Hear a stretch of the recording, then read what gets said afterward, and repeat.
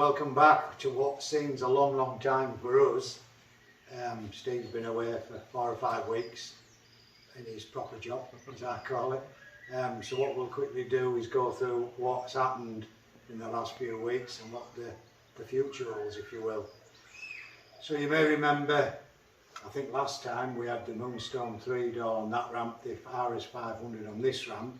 Well, the Moonstone 3-door that Steve finished is now done. We'll show you a picture of that shortly. All we were waiting for was the wheels to come back. They're done, they're on fitted, transformed the car, it looks fantastic. The RS500 was finished, or so we thought. All there was left to do on it was road testing, take it for an MOT.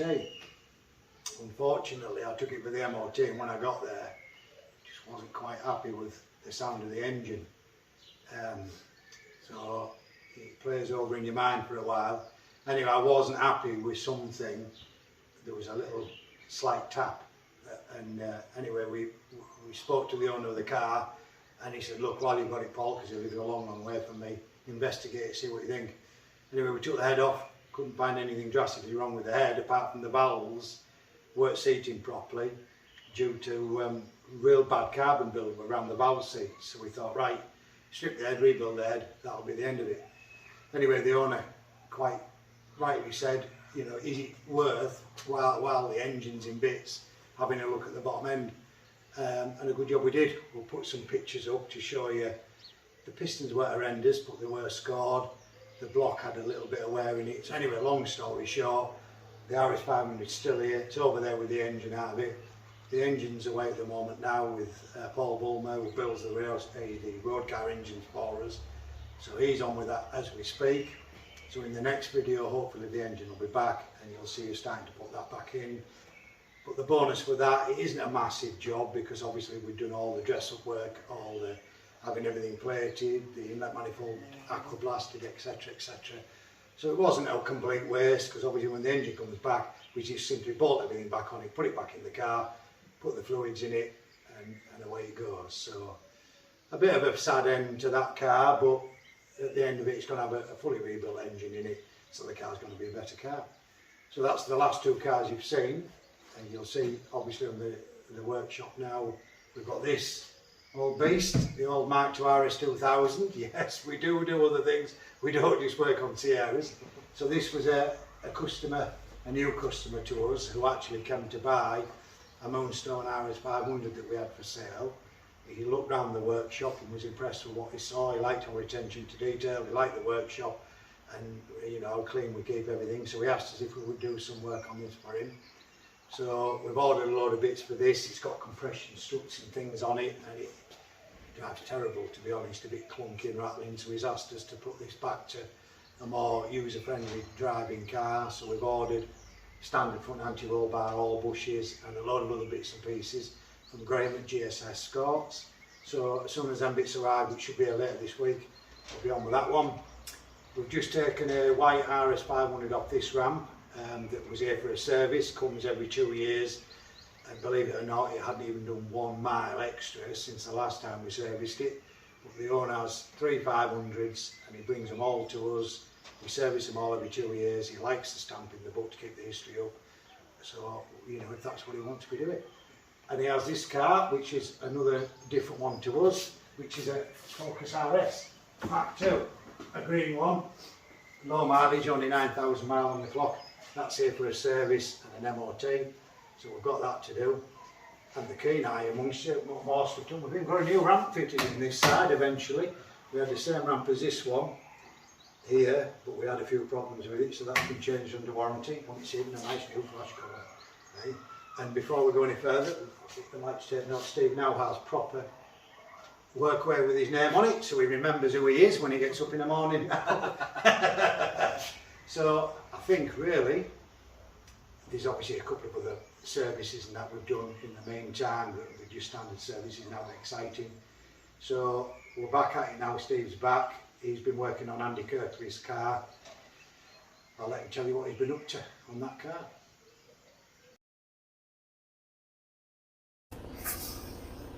Right guys, we've just pulled up outside Paddock 10 paint now, so I'm going to switch fan off, go in and have a look at the job. It's first time Steve's seen it, so I've seen the shell painted without the bonnet boot and doors on, but they're now fitted just temporarily to move it about.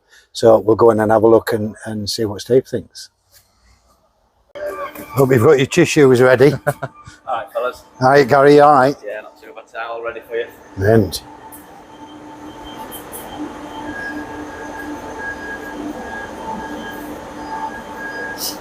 What do you think? It looks mint, doesn't it? Honestly looks, yeah. I told you you'd be impressed with it. Yeah. It looks really and you well. said you didn't think Gary was any good. No, it looks really well, doesn't it? Awesome. Absolutely mint. Just doesn't look like the same car, really. No. No, I mean, how long ago was it? It was sat up on top of your mez floor? Early year, January, February, wasn't it? 4 or 5 months ago? Yeah, yeah. And how far it's coming, 4 or 5 months, like? Yeah, I'd say we're not on it every day full time. Yeah. But no, I'm really impressed with that. It's superb, doesn't it? Yeah. Absolutely mint. Even managed to sort out my problem with we won't mention the fuel filler. No, really, really pleased with it. Absolutely made up. Looking forward to the best bit now, which is obviously building them up. Yeah. Made up. What we'll do, we'll grab the phone off Gary and we'll show you it up close and we'll walk around it for you. Right guys, so as mentioned, first time I've seen the car, really impressed with it. It looks absolutely brilliant. Again, considering what it was like, you know, it's a shell of 30 years old that was left out in the Eggenberger workshops to what it looks like now. It's quite unbelievable, really. So we're here with Gary. So Gary's one of the main fellas here down at Paddock 10. And I thought we'd ask him a few questions on the type of paints that he uses, how long they've been going, bits and pieces. So he's going to run through a few bits like that, and hopefully we'll learn a bit more about the business. Yeah, so I've been with Paddock 10 Paint for nearly 2 years now. Predominantly our bread and butter is old classic cars like E-Type Jags and Austin Healey's, and we are a paint shop for a local restoration company called Murray Scott Nelson, and that's our bread and butter work. And here we have an Austin Healey.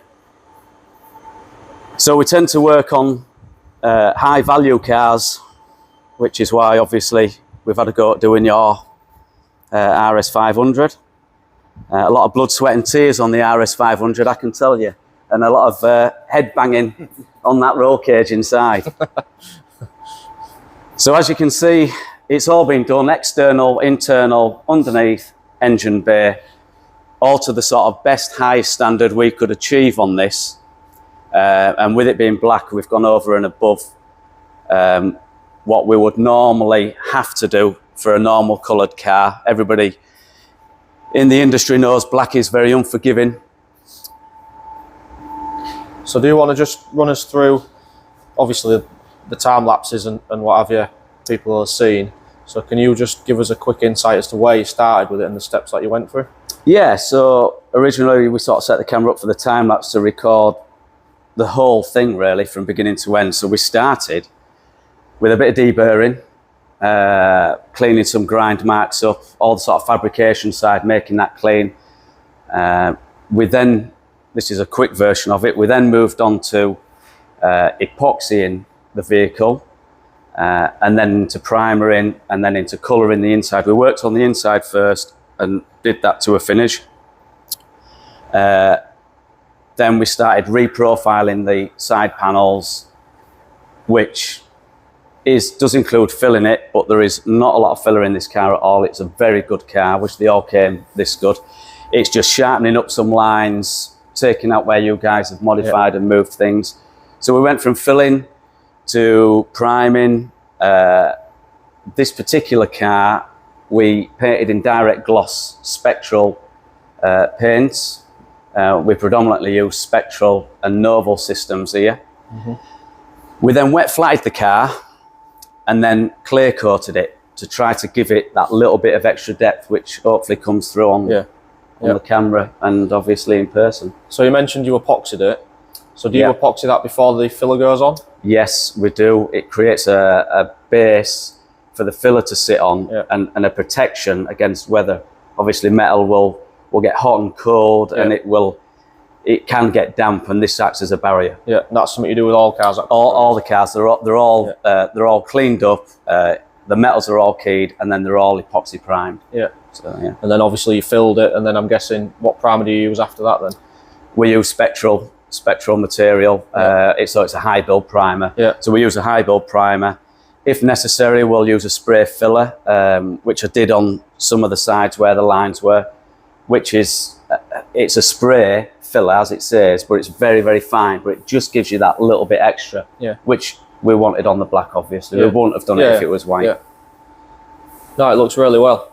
I'm pleased with it. Well, we're all pleased with it, and I think I can appreciate probably more than most, being a fan being painter by trade. I just sort of understand what the amount of work that's gone through to get it where it is. So yeah, I'm over the moon with it, which is a good thing. So obviously, if there's anybody out there who wants the car painting, what's the best way to get hold of you? Oh yeah, well, website basically is the best way. I don't have the number at hand, unfortunately, but yeah, just seek us out on the internet, on Instagram, Paddock 10 Paints. That's the best way to find us. If you struggle with that, you can always locate us through Murray Scott Nelson at Scarborough, which has been around since perhaps the late 70s or definitely the early 80s. Yeah, what we'll do is we'll stick up a few links. Yeah, that'd be great. For you guys, and then obviously if people look in the description to the video, they'll be able to find out direct links over to these fellas. They can drop an email or whatever and tell them what you want painted and see if they can help you. Fantastic. Thank you very much, Gary. Cheers, you're welcome.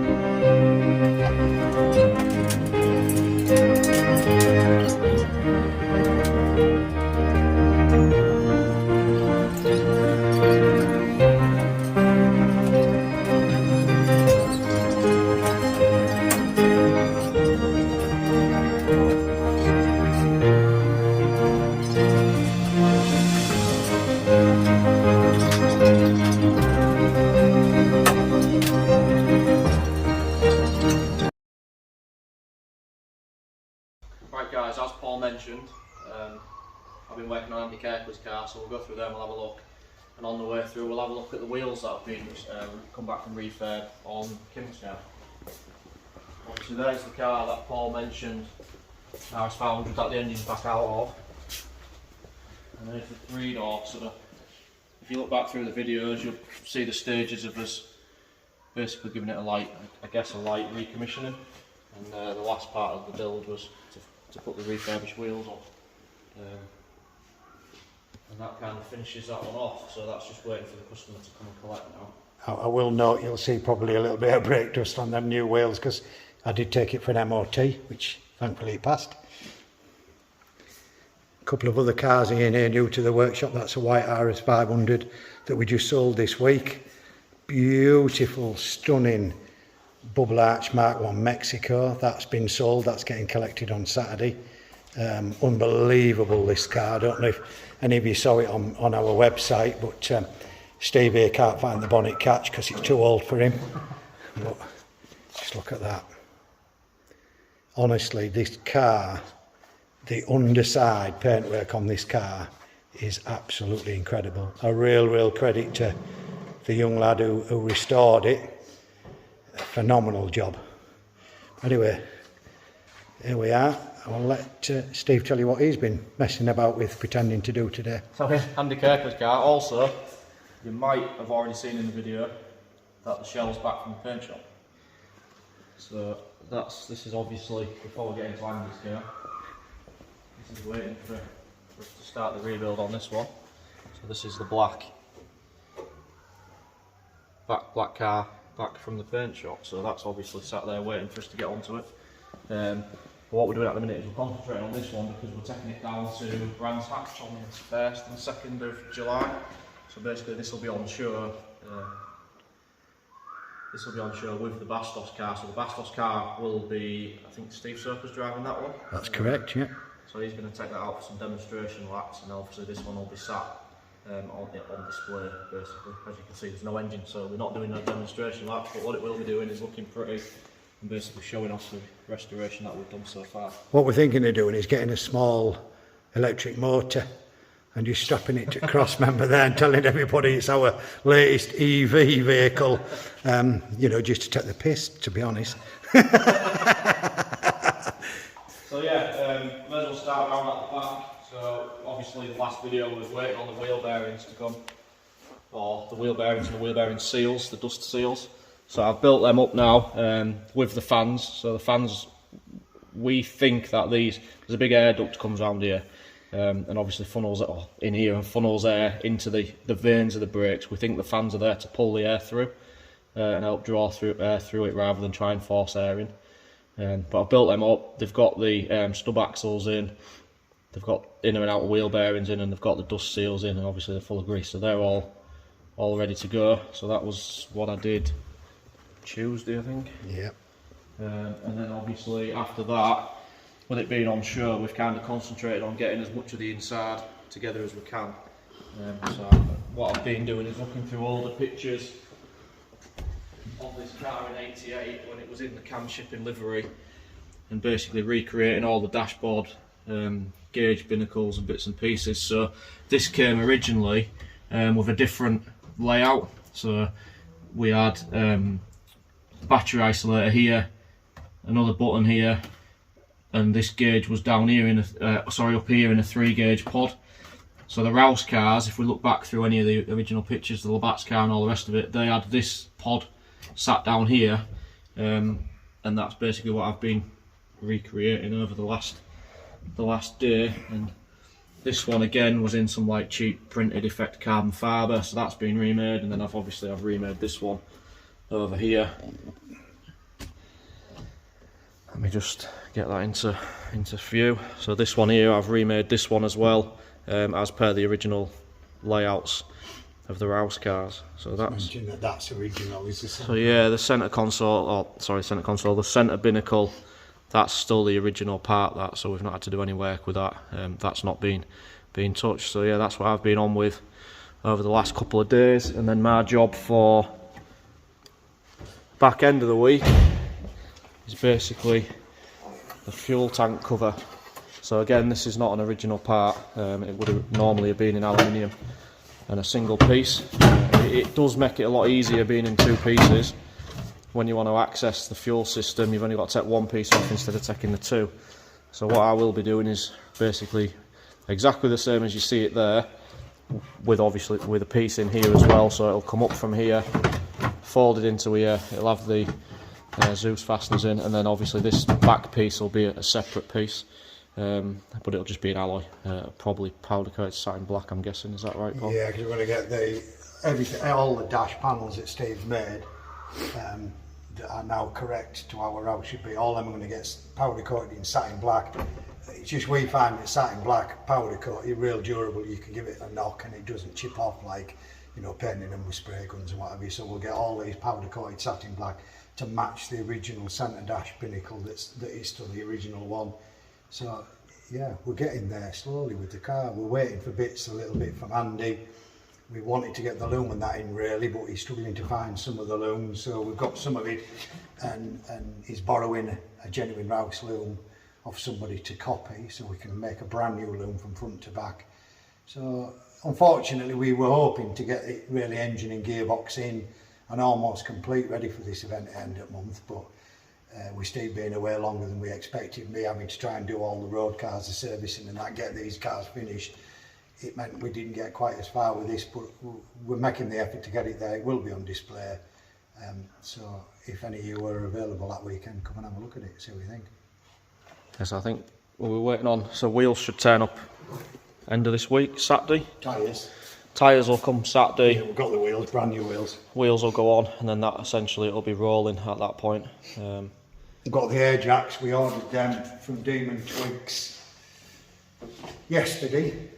So all the air jacks will be here. Again, if we get the time, it'd be nice to put the air jacks in. They won't be all plumbed in and working, but if we've got the time, we'll put the air jacks in to make it look a bit better. But again, it's all down to time and what we can manage to achieve, because I've still got to get the Bastos car ready. We've got a spanner check that car front to back, so obviously Steve said Steve Soper's driving that car, so we want to make sure it's perfect for him. So we're going to go, me and Steve are going to go right through the car, spanner check it, do the oils and filters, etc., and just make sure that's ready and give it a right good polish up so it looks its best, because we don't want it to be outshone by the old cam shipping car, do we? So we've a lot to do next week, and we go on the Friday, so obviously it's a short week again anyway, so yeah, but we're getting there slowly. Right guys, it's end of the week finally, and it's actually Saturday, quite late on as well, isn't it? Gone 4 o'clock. Oh, overtime. It's all it is, it just wants overtime. Yeah, what we've done, we've decided to come in Saturday, try and get a bit more done to Andy's car, to try and get as much done to it as we can for the big event at Brands Hatch on the 1st and 2nd of July. Andy's cars, we've said, will be on display there, so we've come in. So today I've put the header tank in place, fixed that bottle in place, and made an absolute fabulous job of this very technical bracket that I've made here. This is, no, it's not a mobile phone, before you all ask. This is a little device that all these early touring cars had, which is an exhaust gas temperature sensor. Or a calculator. We think it is, that's what we think. So we made a bracket for that. We think it's for taxi fares. Yeah, for Andy, when he starts giving passenger rides, he'll be, I'll just get this going. So we'll show you. Hey, look, it works and all. Look, I've turned it on and it still works. Genuine 1980s batteries, that. Yeah, it is and all, isn't it? Look, look, hang on, I'll just have to squeeze in here. Just don't away up. Don't film me getting in here. Okay, now. And I've knocked that out. What was that? That bracket thing. Oh, yeah. Right. So we'll show you where that goes. That's going to get mounted on there, which is where they all were on the Rouse cars in period. But the original bracket had gone, so we've made that. That'll get bolted to there, but it's off to get powder coated, along with all these nice little bits that Steve's made, look.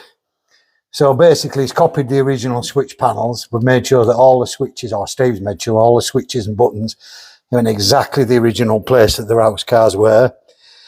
This car had 3 gauges up there when Andy bought the car, and that's not correct. It should have them as they're displayed there.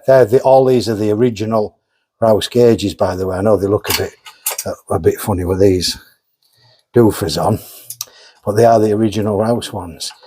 And this bracket down here, this proper, was missing. So Steve's made that. That's the blower switch that we're going to mount in. These obviously just sat in temporarily. Those holes there are for the 2 pull switches for the fire extinguisher and the ignition cut off. So we're going to dismantle all this now, because all this is going to powder coating. And Steve now going to tell you what else he's been working with today.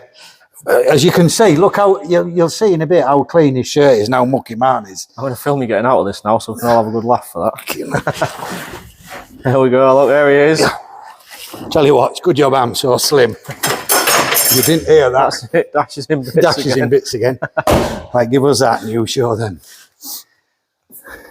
Right, so you'll have seen that probably just before this part of the video. This was originally in like, it wasn't even carbon fibre, it was kind of some fibreboard with a carbon look to it. Like it, yeah. So, this bit we're missing as well, so I'd have had to make this piece up anyway. So what I've actually done is I've just made the whole thing out of alloy sheeting, folded it and shaped it and put extra fasteners in and all the rest of it. And this comes all the way down here. So if we want to get to all the fuel tank, which is under here, basically what you've got to have is a second firewall. So even though the tank is inside, or the bag tank needs to be inside a steel box, so that if anything catches fire, you haven't got flames coming through it into the driver's compartment. So basically that's what I've been doing. And then when you want to access it, we undo these fasteners, and then the top comes off and we can get to everything else. And I believe Paul's put the fuel swell pot in there already today. I have, but he's covered up my work, so it makes it look like I've done. But I will look though. Look at his shirt. Just look how clean that shirt is. Look, see, and he'll tell you he's been grafting all day. Yeah. So yeah, we've got that done. We've worked out. We've just got the spacers. They've just turned up so we can get track rod ends connected to steering arms. We've fitted. Paul's obviously put another header tank in, and again he's put everything on riv nuts so that if you have to get this out quickly, you ain't got to mess about with secondary spanners and stuff inside the inner wings. It comes away quite nice. And I don't know if any of you remember, but we had all this vapour blasted, so obviously it looks almost brand new. We've also fitted the air jack. So this car never had any air jacks on it originally. That's right, is it, Paul? Yeah, that's right. It had them obviously in period, but when Andy bought it, nobody had ever put the air jacks back in it. So we're putting them in, and that's one of the quick release. What you do when you take the air lamps off, the air stays in the system. Obviously, that's just a cover to protect it. And when you want to let them down, you can pull that real slowly, or you can pull it real quick. It lets the air out, and then the car goes back down real quick. So we fitted that. We've got all the air jacks there here. Look at these. Like a factory in a sweet shop, aren't we? Look at them, brand new air jacks. So they're all going to go in. I don't think we're going to get the chance to put these in before it goes to Brands Hatch, shall we? I don't know, because we need to... We've got to make some top hats, haven't we? Because these are the new style air jacks, which are a different body diameter to the original in period ones. Yeah, on the early cars, like Andy's here, the air jacks, you can see the size of them holes in them towers there. They're massive. Let me see if I can get a better picture. You can see there just how big them air jacks were. Just to give you an idea, these look dropping and rattle around. But you can't buy them air jacks anymore. You can only buy the narrower ones, like they went to in 1989. All touring cars had these thinner ones. I don't know why, but anyway, so what we're going to have to do is machine like a top hat that'll sit in top of that tower and one underneath with the correct size hole drilled in to put them air jacks on. So it'll be like a cap for there, if you will, that'll sit on to stop it falling through the big hole. So there'll be one at bottom, one at top, and then you can adjust them like that. So that'll be something else Steve will mess about with for a few hours, pretending it's difficult on lathe while I do all dirty work, as you can see. Look, I'll mention it again. Look at my t-shirt. It's the first day in 6 months I've seen you with a t-shirt that's got mucky. I know I haven't fallen over before anybody asks. So that's it for us. We've had it's one of them weeks where a lot of hours spent making stuff, innit, Steve? What people don't realise just how long it takes. You think it'd be a 2-minute job to put one of them pieces of switchgear together, but it just takes so much time trying it in and then shaping it a bit more, and then another piece, and in and out, and then making the switches fit in the plate after you've made the plate fit the dash. And yeah, and then again with the rear panel, all the angles in and out of the folder and what have you. So yeah, it does take a long time. And obviously that's where, I guess, why the budget to build one of these needs to be pretty big. The attention to detail, that's the thing, that's what costs the money. Like we said earlier about putting rib nuts in everything, instead of just putting nuts and bolts in, is quicker, but it's only quicker to fit it. If you ever want it back out, it's a ball ache. So we're trying to make a few modern improvements to the car without taking originality away from it.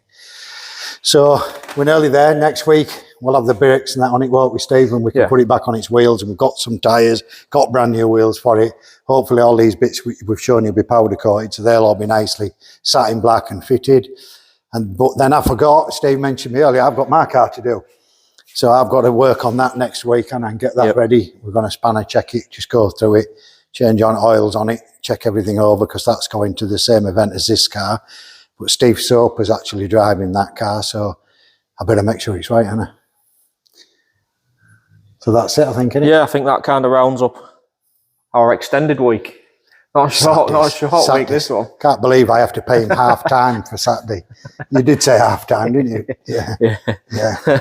No, we don't go with them rules, do we? We just kind of just do what needs doing and get on with it. Yeah, we had to. We knew we wanted to get more done on this, so we've put the hours in to get it done. Right, I think that concludes our video. I think so. Yep. Right, Thanks again, and hopefully we won't have such a big gap before the next one. Yeah. If he comes back, that is, it's his fault. Blame him. But right. Thanks again. Subscribe, and we'll see you on the next video.